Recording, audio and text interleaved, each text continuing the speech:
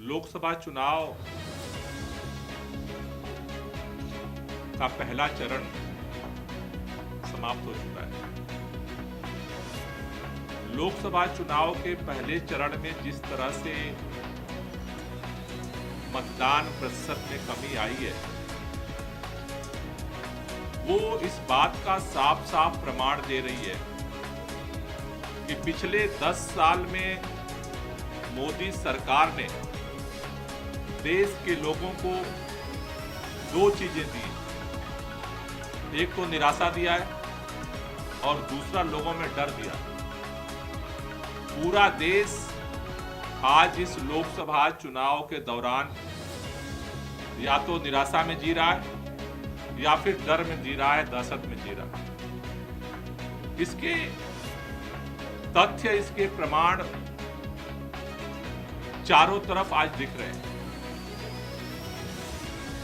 मोदी जी का प्रचार चल रहा है कि अभी तो हमारा ये टेलर है। आज पूरे देश में इंडिया गठबंधन जिस तरह से चुनाव लड़ रहा है और जमीनी स्तर पे अलग अलग राज्यों में जिस तरह से उसे साइलेंट सपोर्ट मिल रहा है, उसकी बौखलाहट देश के प्रधानमंत्री माननीय नरेंद्र मोदी जी के चेहरे पर और अब उनके भाषण में भी दिखने लगा है। पिछले 10 साल में इस देश के नौजवानों में जब अच्छे दिन का वादा करके प्रधानमंत्री जी आए थे, तो उन्होंने वादा किया था कि हर साल 2 करोड़ रोजगार जो है हम अवसर पैदा करेंगे। 10 साल बाद आज इस देश में जो आंकड़े आए हैं, देश का 83% नौजवान बेरोजगार है। और हरियाणा जिस राज्य में हम बैठे हैं, हरियाणा के अंदर सबसे ज्यादा बेरोजगारी का दर है। और ये शर्म की बात है कि 10 साल से केंद्र में सरकार, 10 साल प्रदेश में सरकार, डबल इंजन की सरकार ने हरियाणा के नौजवानों की ऐसी दुर्दशा कर दी है कि आज हरियाणा के मुख्यमंत्री सरेआम कहते हैं कि रोजगार चाहिए तो इजराइल चले जाओ। मतलब हरियाणा के अंदर रोजगार नहीं है, ये हमें कहने की जरूरत नहीं है, देश को कहने की जरूरत नहीं है। और जब इजराइल जाने की बात होती है तो देश के प्रधानमंत्री जी की तरफ से कोई भरोसा नहीं आता है कि नहीं, भारत के अंदर हम रोजगार देंगे, इजराइल जाने की जरूरत नहीं है। पूरे दुनिया के अंदर अलग अलग देश के लोग अपने लोगों को जहां पर क्राइसिस है, जिस कंट्री में, वहां से बुला रहे हैं। और हमारे यहां इतनी मजबूरी है कि हम उन नौजवानों को रोजगार के लिए आग में झोंक रहे हैं। पूरा नौजवान जो है वो निराशा में है। दूसरा सबसे बड़ा तबका किसान है। किसानों की आय डबल करने का वादा, उनके भी अच्छे दिन आने वाले थे। 10 साल बाद हरियाणा इस बात का भी गवाह बना है। किसानों ने 1 साल तक उनको 3 काले कानून जबरदस्ती उनके ऊपर थोपे गए।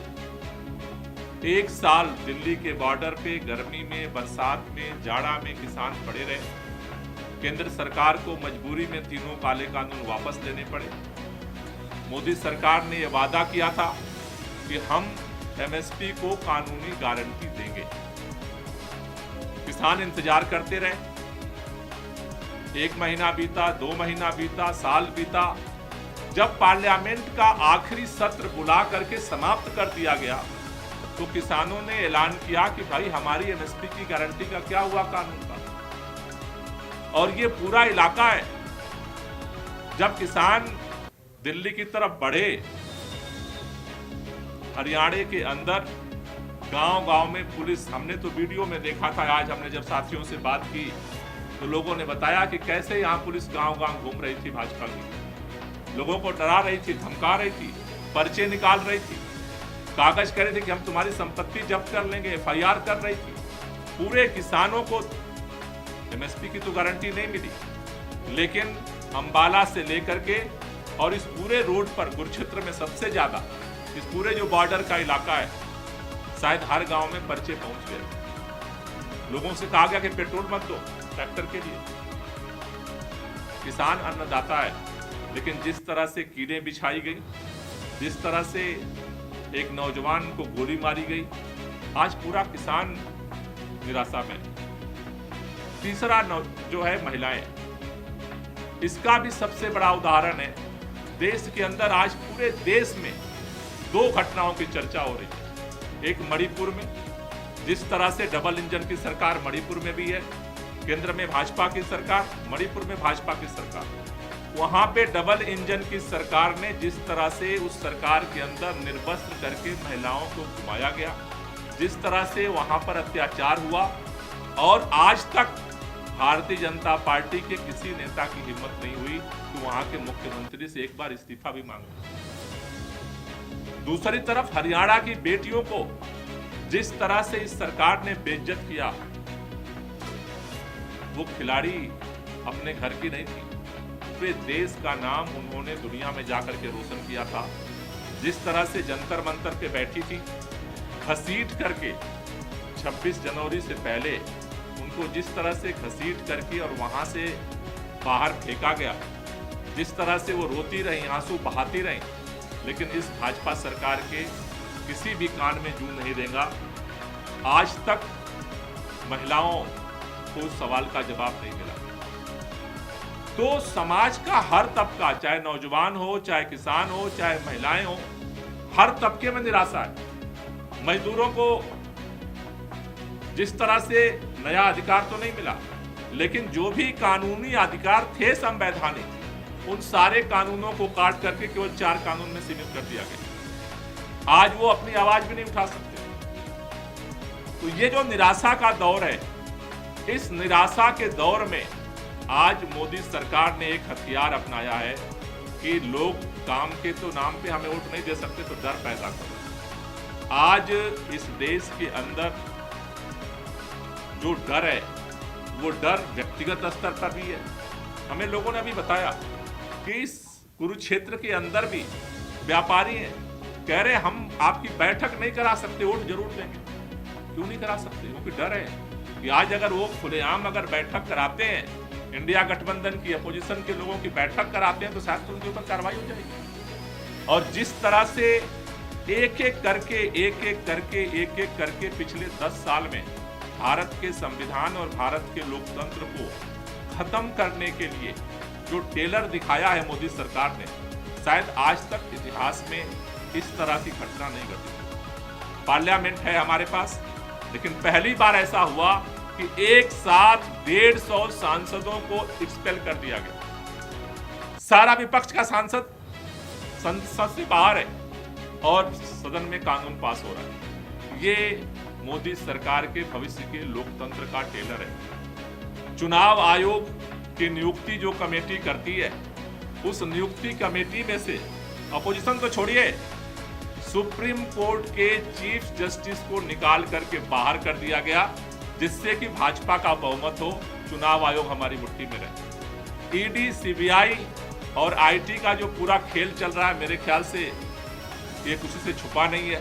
और कुरुक्षेत्र तो आज सबसे ज्यादा देश के अंदर चर्चा में है कि किस तरह से जिस जिंदल साहब के ऊपर खुद प्रधानमंत्री जी कहते थे कोयला चोर है, आज वो उनका कोहिनूर बन गया है केवल ईडी के दम पर। ऐसे ही तमाम घटनाएं देश के अंदर हुई हैं, चाहे वो अजीत पवार का नाम लिया जा रहा है, 70,000 करोड़ों के घोटाले का जो है, मोदी जी कहते थे कि हमारी सरकार आने दो, इसको जेल की चक्की पीसिंग कराएंगे। आज वो मुख्यमंत्री बन गया भाजपा में आकर। अशोक चौहान आज राज्यसभा का सांसद बन गया भाजपा में आकर के, आदर्श घोटाला अब गायब हो गया। हेमंत बिस्व शर्मा मुख्यमंत्री बन गया।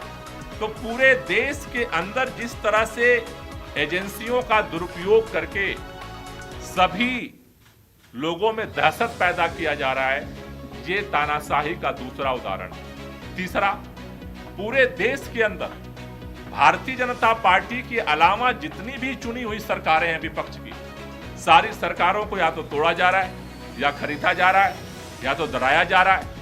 पूरी तरह से हर सरकार को, और कुछ भी नहीं अगर मान रहा है कोई तो जेल में डाला जा रहा है। आज दिल्ली के अंदर प्रचंड बहुमत से चुनी हुई सरकार के मुख्यमंत्री अरविंद केजरीवाल जेल के अंदर है, जिसके आरोप पर उनको जेल के अंदर उठाकर डाल दिया गया। ना कोई एफआईआर, ना कोई सबूत, ना कोई कन्विक्शन। चुना हुआ मुख्यमंत्री जेल के अंदर है और जिसके आरोप के आधार पर है शरद रेड्डी, उससे 60 करोड़ रुपया लेकर के भारतीय जनता पार्टी ने उसे जमानत दिलवा दी। वो सरेआम घूम रहा है। पैसा दिया शरद रेड्डी ने शराब घोटाले के नाम पर, पैसा लिया भारतीय जनता पार्टी ने। आज ऑन रिकॉर्ड है, गृह मंत्री ने 3 दिन पहले उसे स्वीकार कर लिया कि मध्य प्रदेश की हमारी यूनिट ने पैसा लिया है। वो बाहर है और चुना हुआ प्रचंड बहुमत, मेरे ख्याल से भारत के अंदर, भारत के इतिहास में आज तक 70 में से 67 सीट जीतने वाला कोई मुख्यमंत्री नहीं बना। इतनी प्रचंड बहुमत किसी को नहीं मिली। एक बार नहीं, 3 बार का मुख्यमंत्री जेल के अंदर है।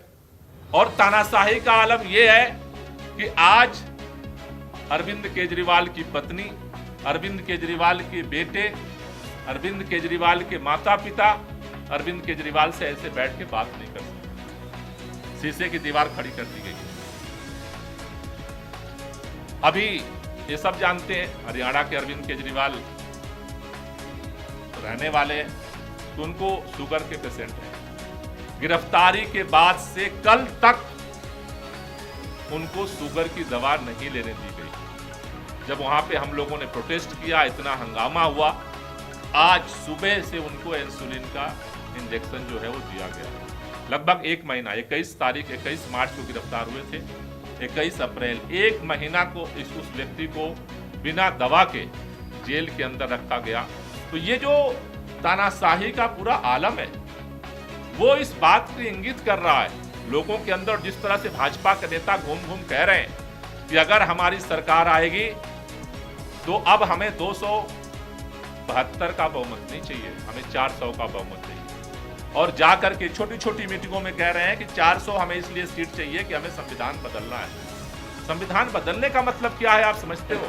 संविधान बदलने का मतलब है कि इस देश के हर समाज, चाहे वो दलित समाज है, चाहे पिछड़ा समाज है, चाहे समाज के जितने लोगों के लिए इस संविधान में आरक्षण के माध्यम से अलग अलग महिलाओं के लिए, अलग अलग लोगों के लिए जो अवसर प्रदान किए गए, वो सारे खत्म होने वाले हैं।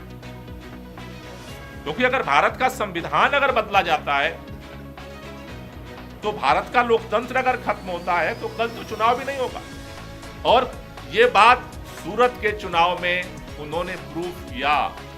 नॉमिनेशन तो होगा, वोट नहीं पड़े।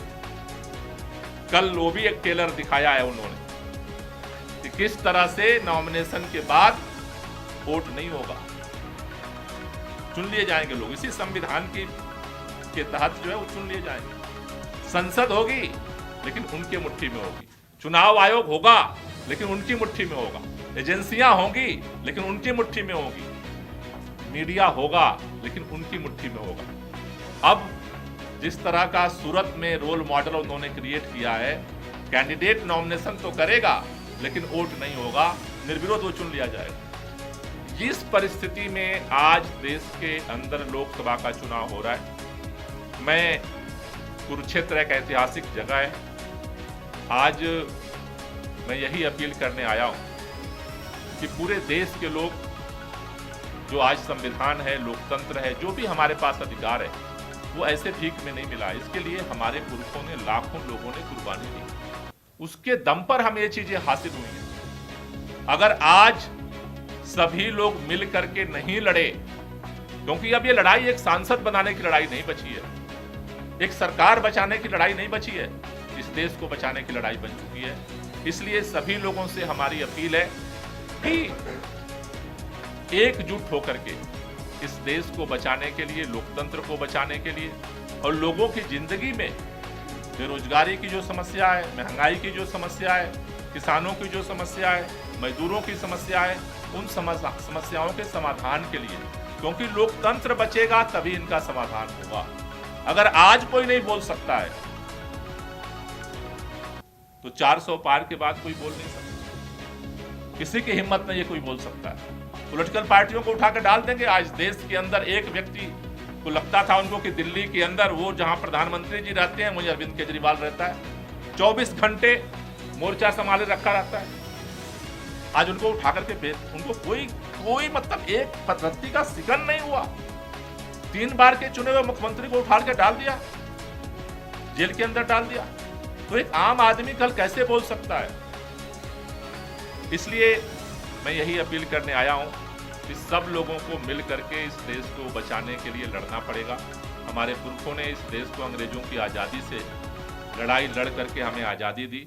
आज इस तानाशाही से लड़ करके हमें इस संविधान और लोकतंत्र को बचाना पड़ेगा, तभी ये देश आगे बढ़ने की तरफ अपना मार्ग प्रशस्त कर सकता है।